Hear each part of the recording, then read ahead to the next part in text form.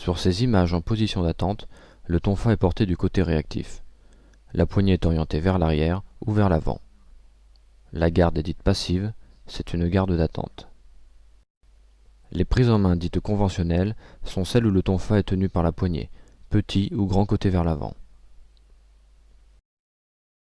Les prises en main non conventionnelles regroupent toutes les autres formes de prise en main, dont celles en épée ou en fourche.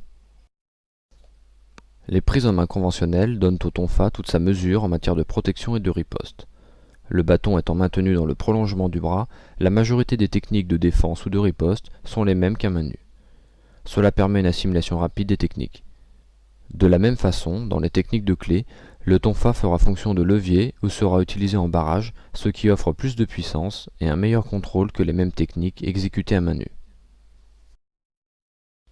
Les prises en main non conventionnelles sont destinées à des utilisateurs confirmés. Non maîtrisées, elles n'offrent pas la même sécurité d'emploi que les prises en main conventionnelles et peuvent véhiculer une image contraire à la vocation du tonfa, qui est avant tout une arme de protection. Elles peuvent également être le fait d'une reprise en main du tonfa, après une chute par exemple, en vue d'une parade en urgence. Elles seront étudiées en détail dans un prochain DVD dédié aux techniques avancées.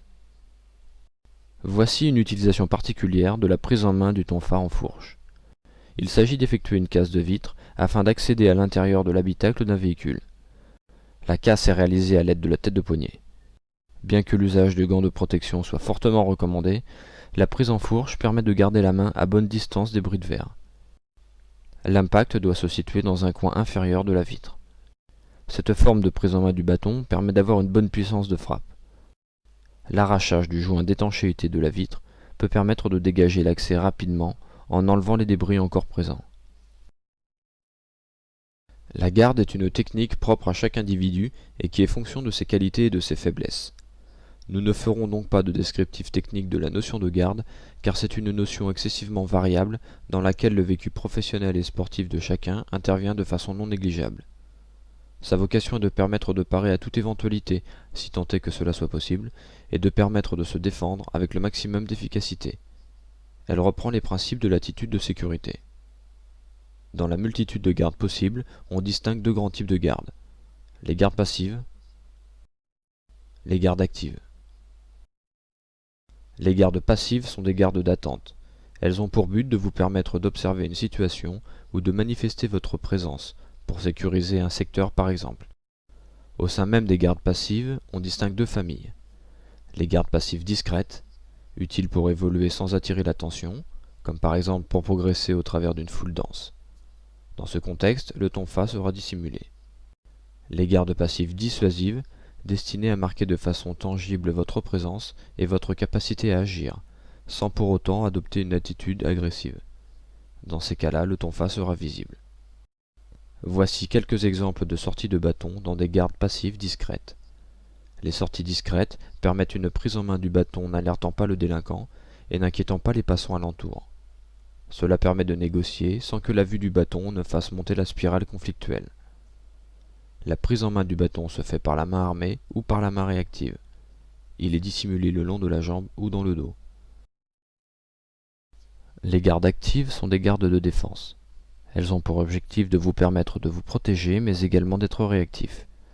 Le tonfa peut être tenu de façon conventionnelle ou non, petit côté, grand côté, à deux mains, épée ou fourche, suivant l'objectif recherché et surtout suivant la situation à laquelle vous devrez faire face. Les gardes actives n'ont pas pour but de vous inciter à aller au contact, mais au contraire de signifier clairement à quelconque agresseur que vous êtes équipé et prêt à repousser tout assaut. Lors de la tenue grand côté devant, la main réactive vient en renfort sur le petit côté. Ce type de tenue est adopté notamment pour un maintien à distance face à une arme blanche. Le renfort peut se faire en solidarisant le poignet et le petit côté ou en maintenant simplement le petit côté. Voyons les différentes sorties de tonfa, que celui-ci soit porté côté armé ou côté réactif, avec la poignée orientée vers l'avant ou vers l'arrière. Ces sorties sont généralement effectuées de manière dynamique car il existe une réelle menace d'agression. Voyons quelques techniques de sortie du tonfa avec un passage en garde active. Cette sortie s'accompagne d'une riposte pour repousser un agresseur qui viendrait au contact. La riposte peut être rectiligne ou bien circulaire. Voici une sortie de bâton de défense à poignée latérale télescopique. Ce type de sortie a un impact psychologique fort sur le délinquant. Ces sorties doivent s'accompagner des injonctions d'usage qui, outre leur utilité réglementaire, vont aussi servir à caler la respiration et à dissuader l'agresseur.